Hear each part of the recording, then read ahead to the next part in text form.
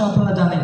তাই আমাদের বিশেষ দায়িত্ব আমাদের বাংলাদেশ জাতীয়তাবাদী দলের সকল নেতাকর্মী, বিশেষ করে আমাদের ছাত্র সংগঠন আছে, ছাত্রদল সহ সকল তরুণরা আমরা আপনাদের এলাকাকে সম্মিলিত প্রয়াসে আপনাদের পাশে থেকে আপনারা যেভাবে চাবেন আপনাদের সকল সমস্যা জনমতের ভিত্তিতেই আমরা সমাধান করব। এবং আমি আবারও বলছি, আপনারা আপনাদের পরিবার পরিজন নিয়ে এই মিরপুরে আপনারা মাথা তুলে থাকবেন, সারা রাজধানীর মুখে বলতে পারবেন গর্ব সহকারে আমরা মিরপুরবাসী। তাই মিরপুরবাসীকে আমরা সব ভাই বোন, আমরা একই পরিবারে মিরপুর, আমরা মিরপুরের ভোটার, এর বাইরে আমাদের কোনো সত্তা বা কোনো পরিচয় নাই। পরিশেষে মাগরিবের নামাজের এই পূর্বে আমি আবারও বলছি, আমি এই এলাকায় আরও আসবো। আপনারা খুব সংক্ষিপ্ত আকারে তেমন কোনো সমস্যা বলেন নেই, এই সব কিছুই নাগরিক সমস্যা।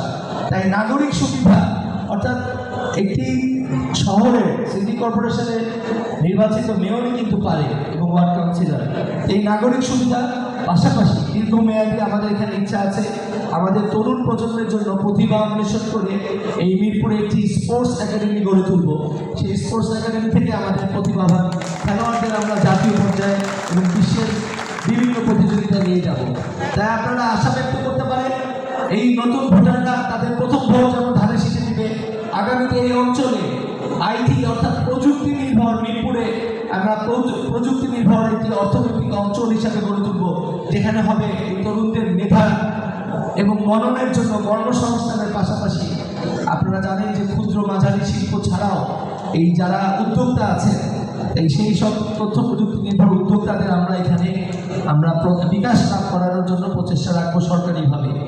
এই কর্মসংস্থানের মাধ্যমে মিরপুরে অর্থনৈতিক প্রবাহ অত্যন্ত বৃদ্ধি পাবে এবং আপনাদের জীবনযাত্রার মান উন্নত হবে। মিরপুর হয়ে উঠবে ঢাকার ভিতর অন্যতম অর্থনৈতিক অঞ্চল। তাই আমি আশাবাদ ব্যক্ত করছি আমরা আমাদের নিজস্ব রাজস্ব দিয়ে মিরপুরের উন্নয়ন পরিচালনা করব। এই মিরপুর একটি দৃষ্টান্ত হবে। এই জন্য দরকার আমাদের সকলের প্রচেষ্টা, যাতে আমাদের তরুণ প্রজন্ম মাদকের করাল গ্রাসে আসক্ত না হয় এবং এখানে ছিনতাই, রাজধানী সহ সকল ধরনের অপরাধ আমরা কিভাবে কমানো যায়, অপরাধের মাত্রা কিভাবে শূন্যতে নেওয়া যায়, সেই প্রচেষ্টাই থাকবে বিএনপি। পাশাপাশি আপনাদের সকল সামাজিক সমস্যা ছাড়াও এই অত্যন্ত একটি নাম করা কমপ্লেক্স মোহাম্মদাবাদ ইসলামিয়া ফাজিল মাদ্রাসা দশম স্থানে অধিকার করেছে। তাই আমি অত্যন্ত গর্ববোধ করছি যে আমাদের এলাকায় এই ধরনের একটি শিক্ষা প্রতিষ্ঠান আছে।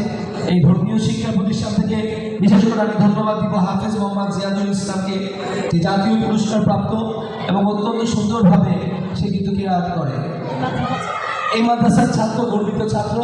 এভাবে মিরপুরের মান সম্মান আমরা সারা বিশ্বে, সারা বাংলাদেশে তুলে ধরবো। মিরপুরবাসীর প্রতিভা আমরা সমুন্নত রাখবো। পরিশেষে আবারও বলছি, আগামী নির্বাচনে আপনারা নির্ভয়ে সকলে মিলে পরিবার সহ আপনারা ভোট কেন্দ্রে যাবেন এবং ধানের শীষের পক্ষে আপনাদের রায় বিগত বছরগুলোতে যেভাবে দিয়েছে ঠিক একইভাবে আবারও ধানের শীষকে জয়যুক্ত করবেন ইনশাআল্লাহ।